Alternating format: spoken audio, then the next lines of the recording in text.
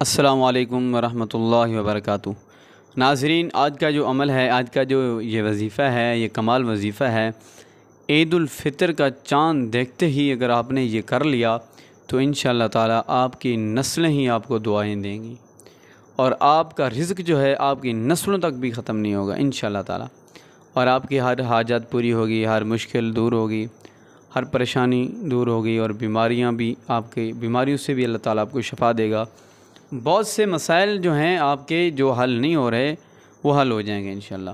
گھر کے اندر لڑائی جھگڑا رہتا ہے تو وہ بھی انشاءاللہ تعالیٰ کم ہو جائے گا اور ختم ہو جائے گا۔ آپ کا کاروبار نہیں چل رہا تو کاروبار میں بھی برکت ہوگی۔ وظیفہ یہ ہے کہ جب آپ عید الفطر کا چاند دیکھیں، عید الفطر کا چاند کا دیکھتے ہی یا عید الفطر کی خبر سنتے ہی آپ نے سورۃ الکوثر کا وظیفہ کرنا ہے۔ سورۃ الکوثر آپ نے صرف 11 مرتبہ پڑھنی ہے، اول آخر 3 مرتبہ درود شریف پڑھنا ہے، اور یہ دعا مانگنی ہے آپ نے، ٹھیک ہے؟ جو بھی چیز چاہیے آپ کو، جو بھی دل کی تمنا ہو، جو بھی حاجت ہو، شادی کی حاجت ہو، پسند کی شادی آپ نے کروانی ہو، یا آپ کا کہیں رشتہ نہ ہو رہا ہو تو، یا آپ کی بیماری ہو، یا آپ کو کوئی بھی مسئلہ ہو، کسی بھی مسئلے کے لیے آپ نے دعا کرنی ہے انشاءاللہ تعالیٰ یہ جو دعا آپ کریں گے کسی بھی مسئلے کے لیے، اللہ تعالیٰ آپ کی دعا قبول فرمائے گا۔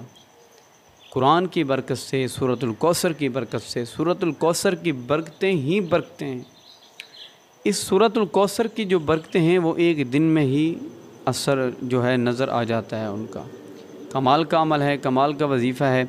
پچھلے سال جس کو بھی میں نے بتایا تھا الحمدللہ ان کو اپنے مقصد میں کامیابی ملی ہے، تو آپ بھی آزمائیں، آپ بھی کریں، انشاءاللہ تعالیٰ آپ کو بھی 100% اپنے ہر مقصد میں کامیابی ملے گی۔ چینل پر نہ ہے تو چینل کو ضرور سبسکرائب کر دیں، ویڈیو کو لائک کر دیں، ثواب کی نیت سے ویڈیو کو شیئر کر دیں، کسی انسان کسی مسلمان کا فائدہ ہو جائے گا، آپ کو بھی دعائیں ملیں گی اور مجھے بھی دعائیں ملیں گی۔